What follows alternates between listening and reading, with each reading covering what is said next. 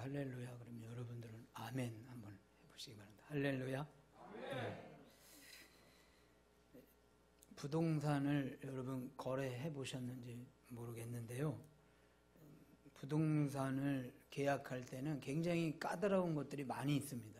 그래서 전문가에게 옛날에 가면 복덕방, 공인중개사에게 이런 일들을 맡기는데, 맡기더라도 또 내가 알아야 될 부분은 알아야 된다.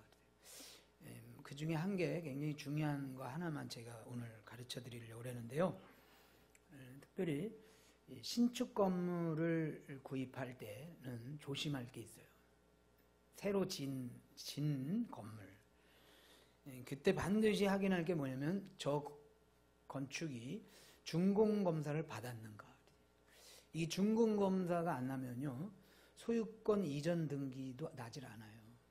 그래서 특별히 이제 빌라, 이런 또 상가, 개인주택, 어떤 경우에는 아파트 경우에도 그런 준공 문제로다 굉장히 시시비비가 일어나는 경우가 있습니다. 그래서 항상 신축 건물을 구입할 때는 꼭 그 건물이 준공필 된 날을 꼭 확인하시고 사시기를 바랍니다. 그리고 좀 많이 사세요. 건물 안 살 거예요? 그러면 왜 이 법으로 그런 준공이라는 그런 건축법을 만들어 놨냐? 자세한 건 모르겠는데 제 개인적으로는 일단 공공의 질서가 필요하다.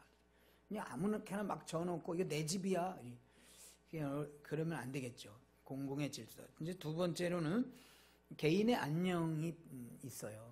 거기에 보면은 도시가스, 또 정화조, 전기, 이런 까다로운 부분들이 있는 것은 우리 개인의 그 주택에 들어가서 사는 사람들의 안녕을 위해서 만든 것이다. 그리고 더 나아가서는 사회적으로 그런 삶의 질을 우리가 높여 나가는 그런 법령이다. 그래서 이 준공에 관한 법이 있는 것은 좋은 것이다. 이렇게 여러분들이 꼭 이해를 해 주시기 바랍니다. 근데 그걸 타전히 막 피해가지고 불법으로 하지 말고, 이게 잘 살게 하려고 만든 법이다, 이렇게 이해를 하시고 잘 만들어서 집도 지으시고 또 부동산도 많이 이렇게 거래하시는 은혜가 있길 바랍니다.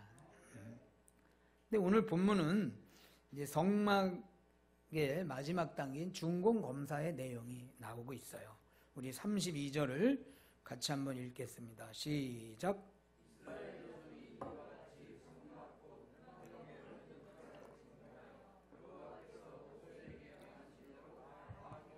아멘. 42절, 43절을 또 봅니다. 시작. 여호와께서 모세에게 명하신 대로 이스라엘 자손이 모든 역사를 필하매 모세가 그 필한 것을 본즉 여호와께서 명하신 대로 되었으므로 그들에게 축복하였더라. 아멘. 그래서 설계대로 그 성막의 건축이 잘 마무리되고 또 그것이 마무리된 날을 모세가 확인하고, 그래서 잘 됐다.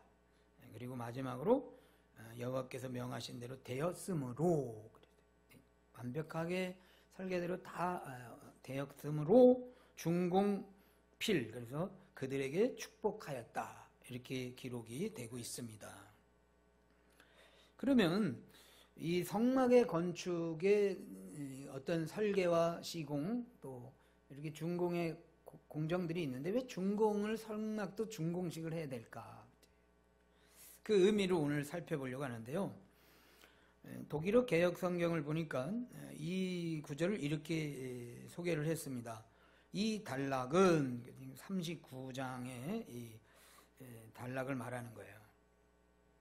이 단락은 분명히 눈에 띄게 창조 본문의 끝부분을 상기시킨다 그랬어요. 창조 본문이라는 건 뭐냐면 창세기의 본문을 말하는 거예요. 그래서 해밀턴 주석을 보니까 거기서는 이렇게 해석을 했습니다. 출애굽기 마지막 2장. 출애굽기 마지막 2장은 몇 장이에요? 네? 39장, 40장은 2장은 창세기 첫 2장 그랬어요. 그럼 창세기 첫 2장은 뭐예요? 창세기 1장, 2장을 비교 분석했어요. 그 비교 분석한 제목이 뭐냐면요, 하나님이 세상을 만드신 것과 그랬어요. 그러면 이게 어디 있겠어요? 그렇죠. 창세기 1, 2장에 있겠죠. 하나님이 세상을 만드신 것과 모세와 이스라엘 백성들이 성막을 만든 것에 관한 유사성의 비교 그랬어요. 그러니까 하나님이 만드신 것 창세기 1, 2장, 그 다음에 이스라엘 백성이 만든 성막 어디? 출애굽기 39, 40장을 유사성에 관한 비교를 했다 그거예요. 그래서 그 유사성을 몇 개 살펴봤는데 창세기 1장 31절과 출애굽기 39장 43절, 그다음에 창세기 2장 1절과 39장 32절, 창세기 2장 2절과 출애굽기 40장 33절, 그다음에 창세기 2장 3절과 출애굽기 39장 43절. 이걸 이제 분석해 놓은 내용인 거예요. 근데 이거 다 보지 않고 한 가지만 우리가 살펴보려고 하는데요. 창세기 1장 31절로 가봅니다. 창세기 1장 31절. 같이 읽고 아멘 합니다. 시작.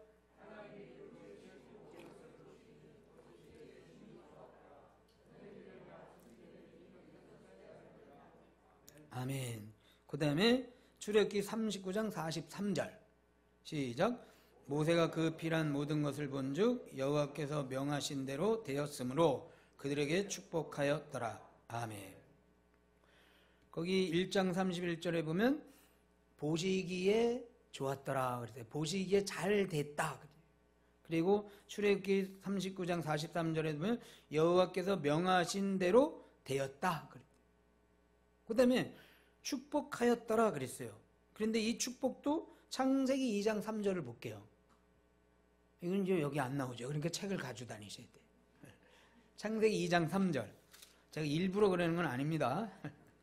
같이 한번 읽고 아멘 합니다. 창세기 2장 3절 시작.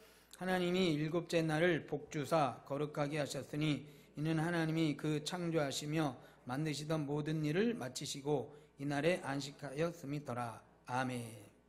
그래서 모든 것을 잘 지은 것을 보시고 그 다음에 그날을 복주사 그랬어요.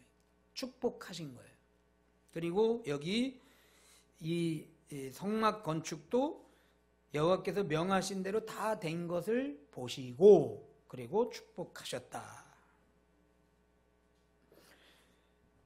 그래서 우리가 여기서 창세기의 그 창조와 성막의 그 창조를 통해서 발견할 수 있는 큰 주제 두 가지가 있는데 그게 뭐냐면 첫 번째로는 뭐냐면요.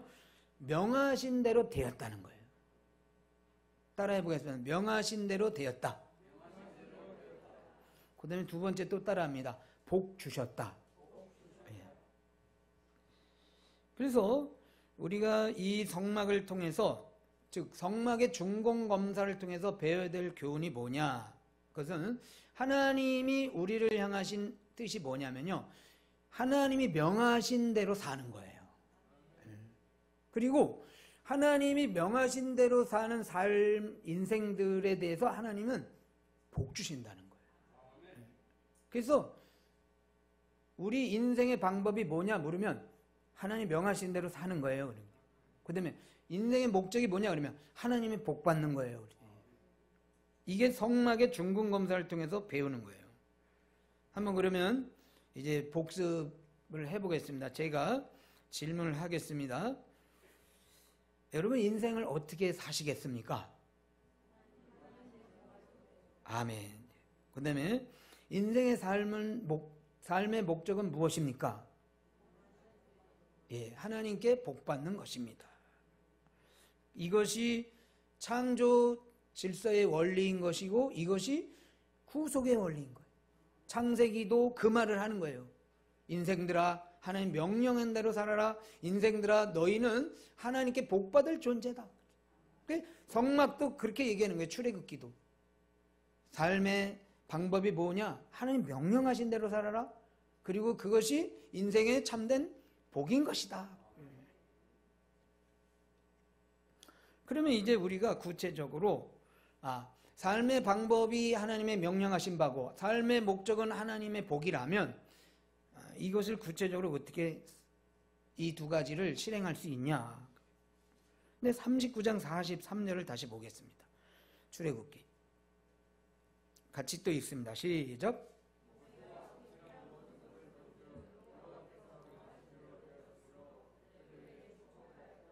아멘. 근데 여기 보면 그 모세가 그 피란 것을 본즉 그랬어요. 이 보다라는 단어가 나와요.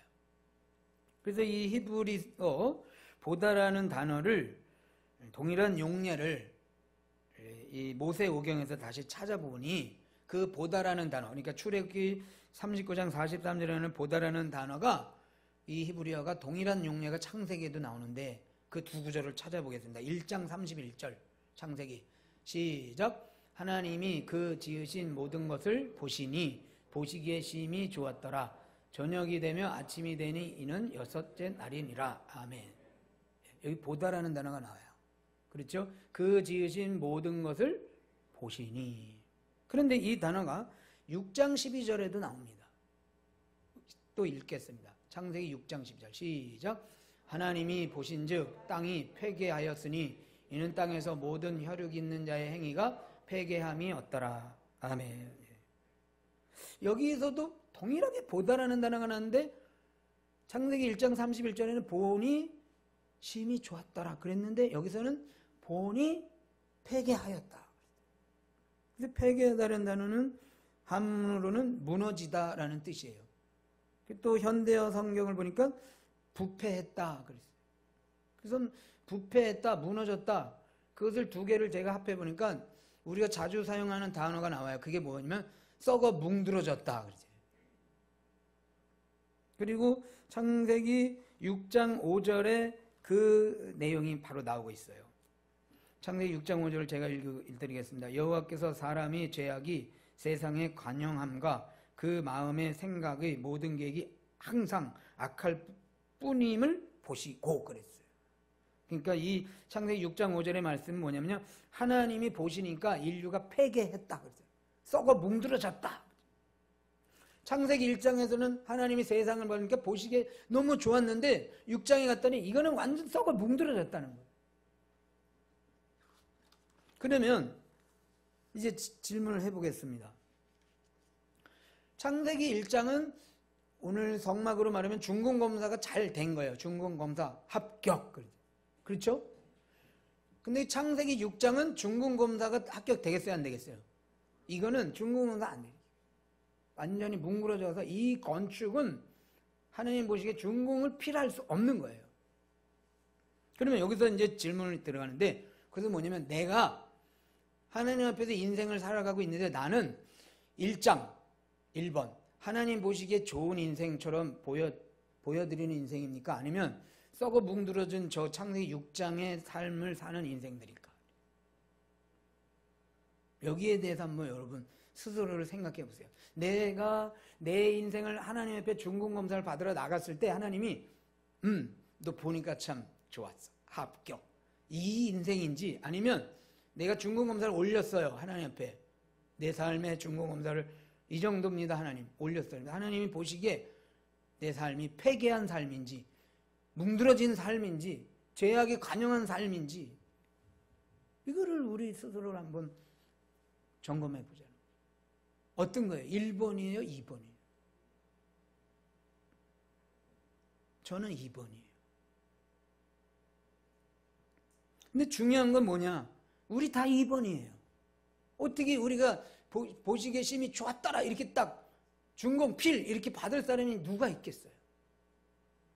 그런데 중요한 거는 뭐냐면 우리가 그 성막으로 나갈 때 불합격할 자들을 중공필 해주신다는 것이 성막의 복음인 거예요. 성막은 누구라 그랬어요? 신약의 예수 그리스도를 가리킨다 그랬어요.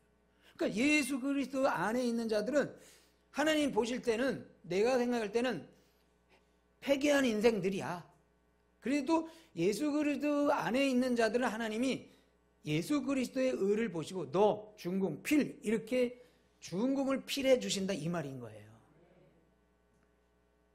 그래서 성막 대신 예수 그리스도 안에 사는 사람들은 하나님이 보실 때 우리가 그렇게 망가진 삶을 살아도 여전히 보시기에 좋다.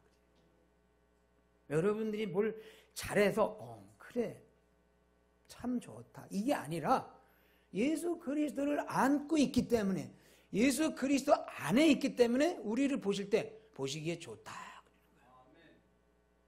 만일에 우리가 예수 그리스도의 옷을 입지 아니하면 아무리 우리가 뭐 기고 날아도 하나님 보시기에는 폐기한 인생들로 보는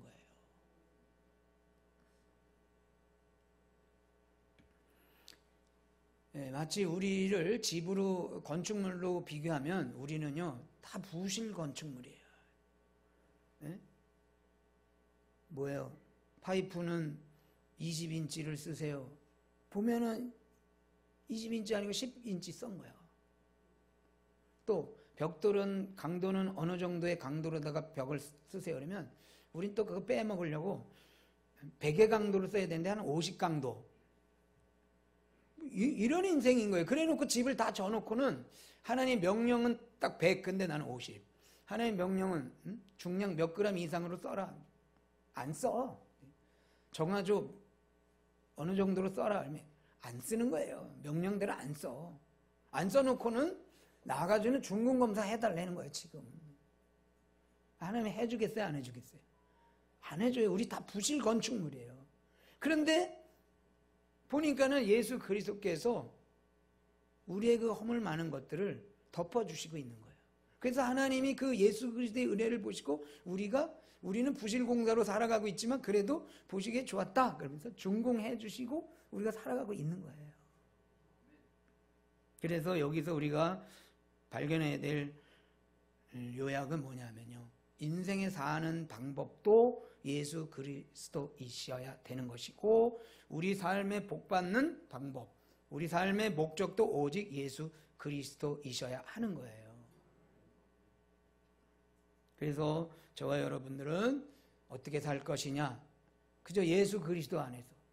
그럼 여러분의 삶의 목적은 뭐냐 그러면 예수 그리스도.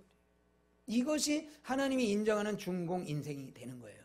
그렇지 아니하면 다 불법으로 사는 거고, 여러분 우리의 모든 목적들을 아무리 그 좋은 목적을 내가 이뤘다 해도 그거는 다 하나님 보시기엔 다 부실이에요. 부실.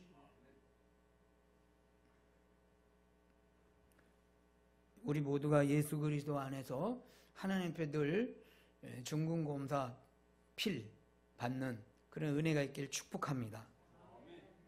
그런데 이것이 우리 개인의 삶뿐만이 아니라 교회에도 그대로 적용되는 겁니다. 교회는 그러면 어떻게 세워져야 될까? 교회는 어떻게 세워져야 될까요? 어떤 방법으로? 답은 그렇죠. 예수 그리스도. 그럼 교회는 어떤 목적을 가지고 교회를 운영해 나가야 될까요? 답은 예수 그리스도. 그것을 한번 살펴보겠습니다. 교회에 올바르게 중궁검사 받은 교회 모델을 두 가지를 살펴보려고 해요. 첫 번째는 고린도전서입니다. 신약교회인데요. 고린도전서 3장 10절.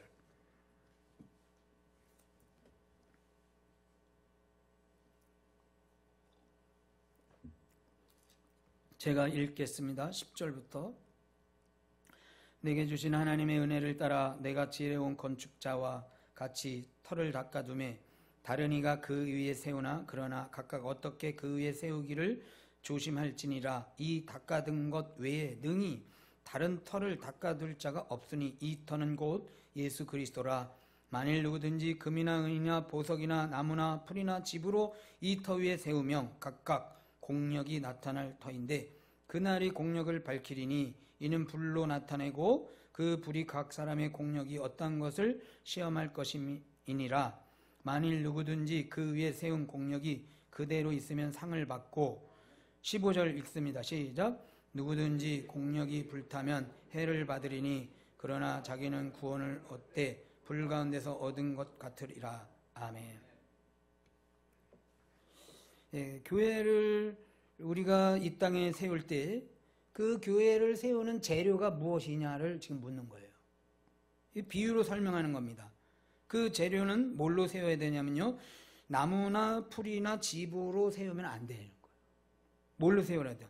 금이나 은이나 보석으로 세워야 그게 중궁필이 되는 거예요. 풀이나 나무나 집으로 보면 나중에 불나면 그게 불타버리거든요. 그래서 교회의 재료는 뭐가 되냐면요, 금이나 은이나 보석이 되는 거예요. 그런데 금이나 은이나 보석은 뭐냐? 그거는 곧 예수 그리스도를 말하는 거예요. 그래서 우리가 교회를 세울 때 그리스도로 인해서 이 교회가 세워져야 되는 거예요. 그냥 집이나 풀이나 이런 나물로 세워지는 것은 불타버리고 하나님 앞에 중궁검사 받으러 가면 받지 못하는 거예요.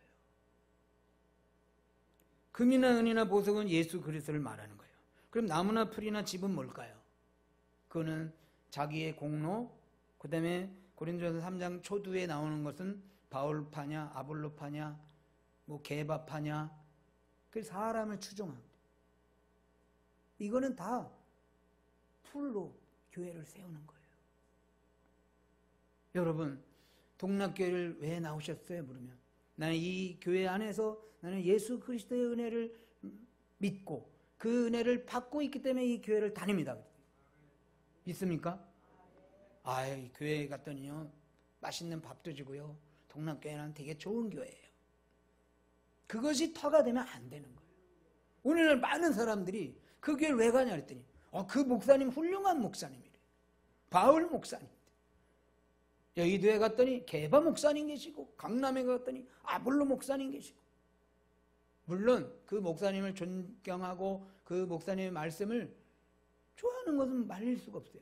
근데 그것 때문에 교회를 다닌다면 그것은 풀로 지은 교회가 되는 거예요.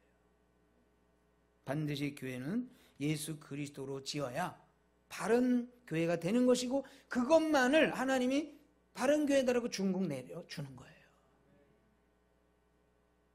그래서 우리 교회가 무슨 판이 자기가 주장하는 바 그런 것이 맞아서 이 교회의 공회원이 되는 것이 아니고, 우리 교회가 예수 그리스도의 터 위에 세워진 교회라는 것을 내가 믿기 때문에 그 신앙 고백 위에 내가 나온다. 하나만 더 보겠습니다. 에베소서 2장 20절. 같이 한번 읽고 아멘 합니다. 시작. 너희는 사도들과 선지자들이 터 위에 세우심을 입은 자라. 그리스도 예수께서 친히 모퉁이 돌이 되셨느니라. 아멘.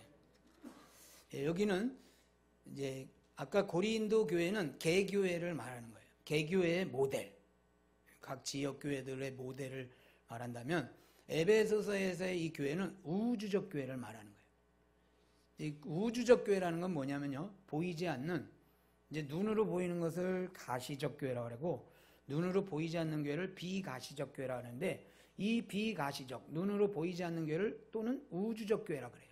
그 우주적 교회는 뭐냐면요, 구약의 성도들, 그 다음에 지금 현재 우리들, 신약의 성도들, 그리고 앞으로 우리 이후에도 교회가 있겠어요, 없겠어요? 그 모든, 앞으로 오는 모든 세대들의 교회를 말하는 거예요. 그리고 이 교회는 천상의 교회도 우주적 교회고 지상의 교회도 우주적 교회예요. 그러니까 이 우주적 교회 안에 빠진 그리스도인은 아무도 없겠죠. 그런데 이 우주적 교회의 터가 뭐가 돼야 되냐? 저기 보니까 뭐가 되는 거예요? 사도들과 선지자들이라고 그랬어요. 그럼 이 사도들과 선지자는 뭐냐? 선지자는 구약 성경을 상징하는 것이고요, 사도들은 신약 성경을 상징하는 거예요. 그러니까 신약과 구약이라는 건 뭐냐면요, 하나님의 말씀의 터 위에 있습니다. 그다음에 뭐랄까요? 그리스도 예수께서 친히 모퉁이 돌이 된다.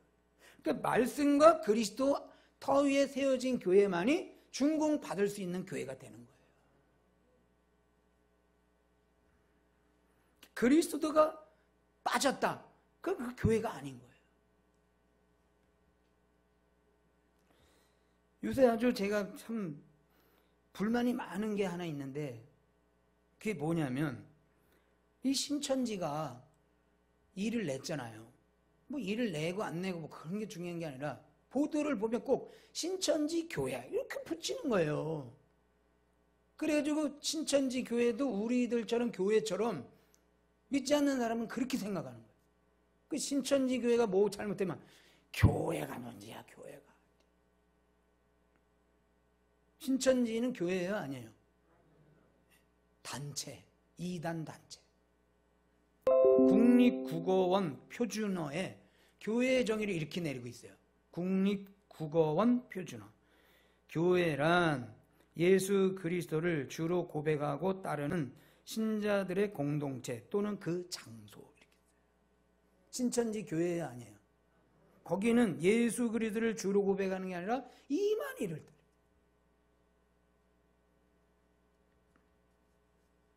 그래서 우리는 이 교회 안에서 항상 그리스도만을 높이고 그리스도만을 추구하고 그리스도 앞에서만 복종하는 그런 그리스도 중심의 교회, 그리스도 터 위에 세워진, 그래서 하나님 앞에 동락교회가 나갔을 때 그래 너 교회 맞다, 그 준공을 받는 그런 교회가 됐으면 좋겠어요. 요즘에는 이제 코로나 바이러스로 굉장히 이렇게 어수선하고 있는데 교회들도 굉장히 어수선해요. 하나님께서는 코로나 바이러스를 통해서 뭐 여러 가지, 하나님은 뭐 여러 가지의 어떤 계획들이 있겠죠. 제가 생각하기에는 그 중에 하나가 좀 조용 좀 해라 뭐 이런 뜻이 있는 것 같아요. 입 다물고 좀 살아라. 그 입 다물었잖아 다 그냥. 근데 그거 가지고 또 떠들어. 교회 안에서 조용하라. 그저 입을 열면 예수, 입을 열면 성령, 입을 열면 하나님 이랬는데 교회 안에서도 뭐가 정부가 뭐 잘했니 못했느니 누가 뭐 누구 때는 어쩌고 누구 때는 어쩌고, 정치 이야기들. 교회 안에서는 정치 이야기 하지 말길 바랍니다. 그저 요즘에 정부가 잘해요 못해요 그러면 몰라요. 정치 이야기 하려면 광장으로 나가세요. 강화문으로 가든 뭐 서초동으로 가든 광장에 가서 엄청 떠들고, 교회 안에서는 그저 조용히 잘 모르겠어요. 저는요 그냥 주님의 나라가 임하기만을 기도합니다. 주님 얘기하기도 바빠 죽겠는데 거기다가 누구 얘기하고 누구 얘기, 정치 얘기가 없기를 바랍니다. 그래서 제가 칼빈이 쓴 모든 조항에 홀로 그리스도가 계실 뿐이다라는 글을 같이 한번 보려고 합니다. 여러분 주보에 설교문이 나갔으니까 이 부분은 같이 좀 봤으면 좋겠어요. 설교문 뒤편 찾으셨습니까? 찾으셨으면 아멘. 모든 조항에 홀로 그리스도가 계실 뿐이다. 우리의 구원은 전체적으로 또 그 모든 부분이 그리스도 안에 포함되었다는 것을 우리는 안다. 그러므로 그 가장 작은 부분이라도 다른 데서 구하지 않도록 주의해야 한다. 우리가 구원을 구한다면 예수라는 이름 자체가 구원은 그에게서 온다는 것을 가르친다. 믿습니까? 우리가 성령의 다른 은사를 구한다면 그것은 그가 기름 부음을 받으신 데서 발견될 것이다. 우리가 힘을 구한다면 그것은 그의 주권에 있으며, 우리가 순결을 구한다면 그것은 그의 잉태에 있으며, 우리가 온유함을 구한다면 그것은 그의 탄생에서 나타난다. 그의 탄생하심으로써 모든 점에서 우리와 같이 되셔서 우리의 고통을 느낄 수 있게 되셨다.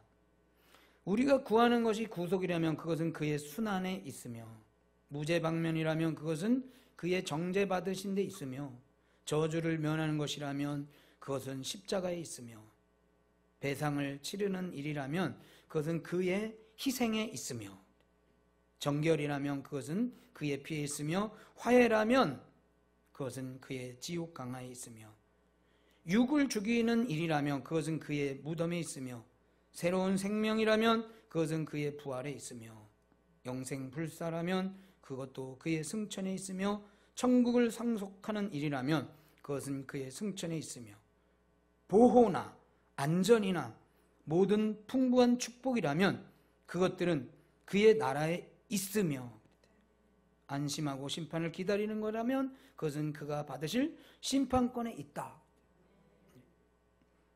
여기 마지막 구절 다시 볼게요. 보호나 안전이나 모든 풍부한 축복이라면 그것들은 그리스도의 나라 안에 있다 그랬어요.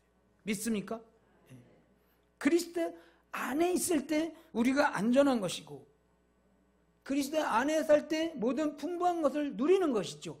그의 밖에는 불안전한 것이고, 그의 밖에 있는 모든 소유들은 우리에게 참된 기쁨을 주지 못하는 거예요. 빅뉴스를 하나 가르쳐 드리겠습니다.